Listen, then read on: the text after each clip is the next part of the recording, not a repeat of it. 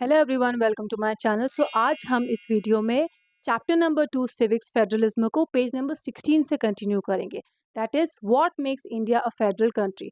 हमने अपने last video में फेडरलिज्म का मीनिंग और उसके इंपॉर्टेंट फीचर्स को डिस्कस किया है। इसका लिंक डिस्क्रिप्शन में है, आप जाके देख सकते हैं। हमने अपने प्रीवियस चैप्टर में देखा था कि स्मॉल कंट्रीज जैसे कि बेल्जियम और श्रीलंका में डाइवर्सिटी थी, उसके बावजूद भी उनको पावर शेयरिंग में बहुत सारी प्रॉब्लम्स आ रही थी। लेकिन इंडिया जैसा कंट्री जो कि 7th लार्जेस्ट कंट्री है पूरे वर्ल्ड में, और वहाँ पे डिफरेंट वेराइटीज़ ऑफ, हम कह सकते हैं, डाइवर्सिटी है। जैसे diversity in languages, religions, region etcetera. ऐसी कंट्री में पावर को किस तरीके से शेयर किया जाएगा, ये सभी बातें हम इस वीडियो में डिस्कस करेंगे। What are the power sharing arrangements in our country. India में किस तरीके से पावर शेयर होती है, उस बारे में बात करेंगे। Let's begin with the constitution. Constitution से शुरुआत करेंगे।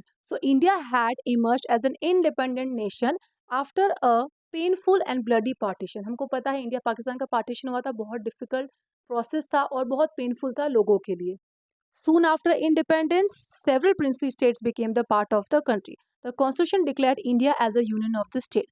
Constitution ने एक टैग या हम कह सकते हैं एक स्टेटस दिया इंडिया को, that is the union of the states. Union यानी कि हम कह सकते हैं एमलगेमेशन ऑफ स्टेट्स, यानी कि इंडिया जो कंट्री है वो बहुत सारे स्टेट से मिलकर बना है। दैट इज वाई इंडिया को नाम दिया union of the states. Although it did not use the word federation, the Indian union is based on the principles of the federalism. हमने इसको फेडरल या फेडरलिज्म नाम नहीं दिया, क्योंकि इंडियन यूनियन जो है या फिर यूनियन ऑफ द स्टेट्स का जो कॉन्सेप्ट है वो ऑलरेडी फेडरलिज्म के प्रिंसिपल्स पर बेस्ड है। Let's go back to the 7 features of the federalism mentioned above, यानी कि जो पहले हमने फेडरलिज्म के फीचर्स को डिस्कस किया था। We can see all these features apply to the provisions of the Indian constitution, यानी कि वो सारे फीचर्स जो हमने डिस्कस किए थे वो सब इंडियन कॉन्स्टिट्यूशन पे एप्लीकेबल है। The constitution originally provided for two-tier system of the government, the union government, what we call the central government, representing the union of the India and the state governments। यानी कि originally constitution में two tiers of the government थी। First is the union of the central government और second थी आपकी state government. But बाद में जब रिक्वायरमेंट हुई तब थर्ड लेवल या फिर थर्ड टायर भी जो है वो ऐड हो गया, that is the local government और द लोकल सेल्फ गवर्नमेंट, जिसमें आते हैं पंचायत एंड द म्यूनिसिपैलिटीज, जो कि एकदम लोएस्ट लेवल पे है, यानी कि ग्रास रूट लेवल पे है। As in any federation these different tiers enjoy separate jurisdiction. यहाँ पे क्या है, तीनों ही जो लेवल्स है उनका सेपरेट जुरिस्डिक्शन है, वो अपने अकॉर्डिंग इंडिपेंडेंटली वर्क करते हैं, एक दूसरे के मैटर्स में इंटरफेयर नहीं करते हैं। The constitution clearly provided a three fold distribution of the legislative powers between the union government and the state government, thus it contains 3 list. Constitution ने क्लियरली जो भी पावर्स है, लेजिस्लेटिव पावर्स जो है यानी कि एडमिनिस्ट्रेशन की जो पावर्स है, उनको 3 अलग अलग लिस्ट में डिवाइड कर दिया है, जिसमें बताया है कि कौन कौन से सब्जेक्ट्स किस लेवल ऑफ गवर्नमेंट के अंडर आएंगे।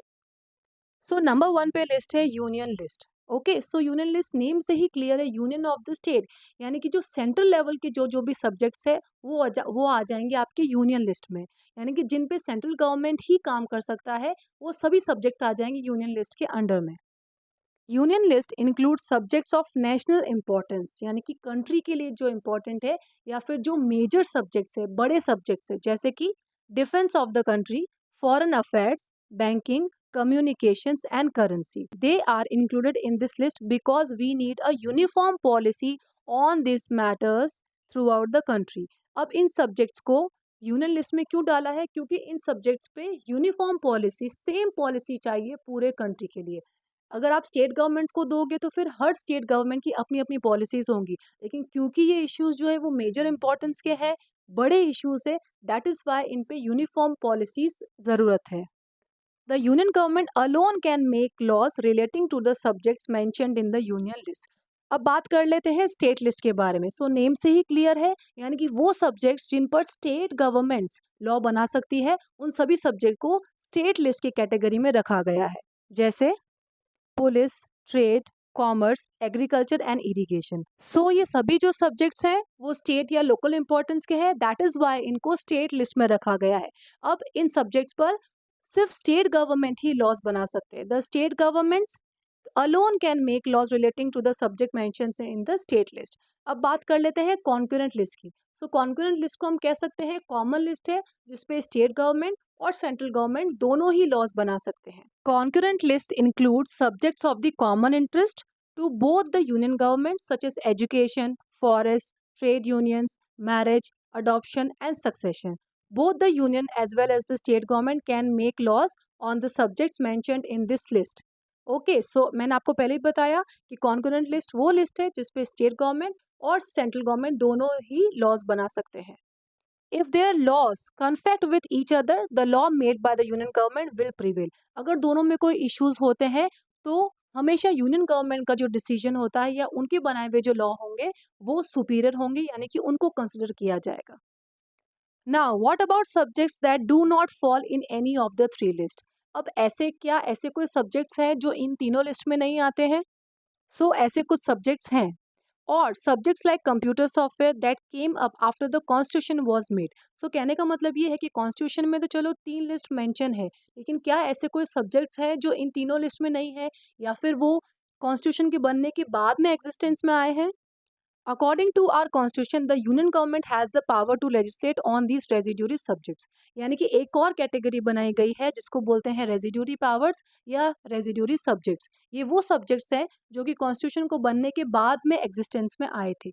इन तीनों लिस्ट के में जो भी सब्जेक्ट्स इंक्लूड हुए हैं उनके अलावा जो भी एक्स्ट्रा सब्जेक्ट्स है उन सबको रेजिड्यूरी लिस्ट में रखा गया है. In noted above that the most federations that are form by holding together do not give equal power to its constituent units. Okay so हमने देखा है होल्डिंग टुगेदर जो कॉन्सेप्ट है उसके अकॉर्डिंग इक्वल पावर्स जो है वो कॉन्स्टिट्यूएंट यूनिट्स को नहीं दी जाती है. Thus, all the states in Indian Union do not have the identical powers. सभी जो स्टेट्स है उनके पास आइडेंटिकल पावर्स नहीं है. Some states enjoy a special status जैसे हमने बात किया था अभी. उसके अलावा कुछ और भी स्टेट्स है जैसे कि असम, नागालैंड, अरुणाचल प्रदेश एंड मिजोरम. अभी अभी आपको मैंने बताया कि नॉर्थ ईस्ट में कुछ स्टेट्स है जिनको स्पेशल पावर्स दी जाती है. They enjoy special powers under certain provisions of the Constitution of the India, Article 371. Due to their peculiar social and historical circumstances. कुछ historical circumstances और हम कह सकते हैं social circumstances की वजह से उन्हें special powers दी गई हैं. These special powers are especially enjoyed in relation to the protection of the land rights of the indigenous people. Indigenous मतलब जो लोग originally वहाँ से belong करते हैं, यानी कि ये बेसिकली ट्राइबल एरिया है तो उनके राइट्स को बचाने के लिए इनको स्पेशल स्टेटस दिया गया है. Their culture and also preferential employment in the government services. इनको इनके कल्चर को बचाने की कोशिश की है ताकि वो लोग भी हैप्पी रहे, क्योंकि इंडिया डाइवर्स कंट्री है तो इंडिया कोशिश करता है कि सभी डाइवर्सिटी के लोग हार्मनी से कंट्री में रहे और उनको गवर्नमेंट सर्विसेज में कुछ प्रेफरेंसेस भी दी गई है. Indians who are not permanent residents of the state cannot buy land or house here. यानी कि वो लोग जो इस स्टेट में रह रहे हैं लेकिन ओरिजिनली यहाँ से बिलोंग नहीं करते हैं तो उनको लैंड परचेज करने का राइट नहीं है. यानी कि वहाँ के जो इंडिजिनस लोग हैं जो वहाँ से बिलोंग करते हैं सिर्फ वो ही लैंड या हाउस परचेज कर सकते हैं. Similar special provisions exist for some other states of India as well. ऐसे ही कुछ स्पेशल प्रोविजन जो है वो अदर स्टेट्स के लिए भी है. There are some units of the Indian union which enjoy very little power. यानी कि कुछ यूनिट्स ऐसे भी हैं जिनके पास बहुत कम पावर्स है. These are the areas which are too small to become an independent state but which could not be merged with any of the existing states. Okay, कुछ states ऐसे हैं वो इतने छोटे हैं कि उनको independent status देना बहुत मुश्किल है और ना ही उनको किसी और यूनिट्स के साथ में मर्ज किया जा सकता है. जैसे चंडीगढ़ और लक्षद्वीप और the capital city of Delhi are called as union territories. वो एरियाज या वो टेरिटरीज जो बहुत स्मॉल है कि उनको इंडिपेंडेंट स्टेट नहीं बनाया जा सकता और ना ही उनको किसी और के साथ में मर्ज किया जा सकता है, उनको यूनियन टेरिटरीज कहा जाता है. These territories do not have the powers of the state. इनकी अलग पावर्स है, इनकी स्टेट्स के पास जो पावर्स है वो पावर्स नहीं है, आइडेंटिकल पावर्स नहीं है, इनकी पावर्स अलग है. The central government has special powers in running these areas. In areas में यानी कि इन टेरिटरीज में सेंट्रल गवर्नमेंट के पास स्पेशल पावर्स है, यानी कि वो इनके मैटर्स में डिसीजन ले सकती है. This sharing of power between the union government and the state government is basic to the structure of the constitution.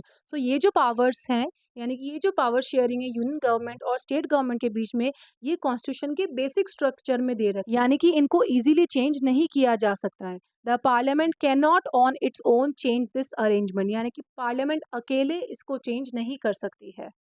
Any change to it has to be first passed by both the houses of the parliament with at least 2/3 of the majority।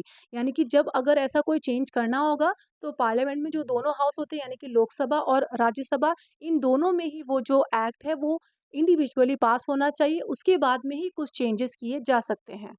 पास होने के लिए जितने भी members present है उनमें से 2/3 majority को इसको अप्रूव करना पड़ेगा, तब ही जाकर वो एक्ट जो है वो पास होगा। Then it has to be ratified by the legislature of at least half of the total states, यानी कि बाद में जो स्टेट लेजिस्लेटिव असेंबली है उनको भी इस पे अप्रूवल देना होगा। The judiciary plays an important role in overseeing the implementation of the constitution provisions and the procedure।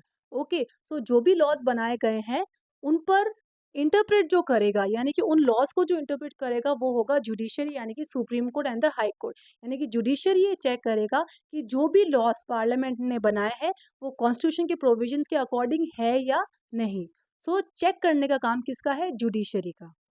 In case of any dispute about the divisions of the power, the high courts and the supreme court make a decision। अगर कोई powers को लेके confusion है parliament में, सो इस पर decision कौन लेगा? High courts and the supreme court.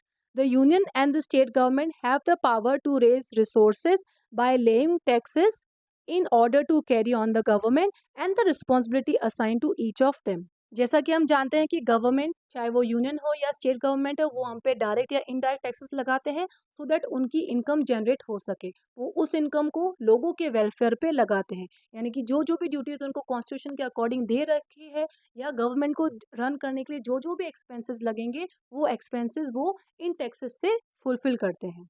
सो इस तरीके से हम कह सकते हैं कि इंडिया एक फेडरल कंट्री है जहाँ पर पावर्स को 3 लेवल्स में डिवाइड किया गया है, central government, state government and the local government. और इन तीनों में ही पावर शेयर की गई है और इन सभी पावर्स को 3 डिफरेंट लिस्ट में डिवाइड किया गया है, that is the union list, state list and the concurrent list. So that is all for today's video. I hope you like the video. If you like the video, please hit the like button and subscribe to my channel. And yeah, don't forget to watch part 3. Thank you.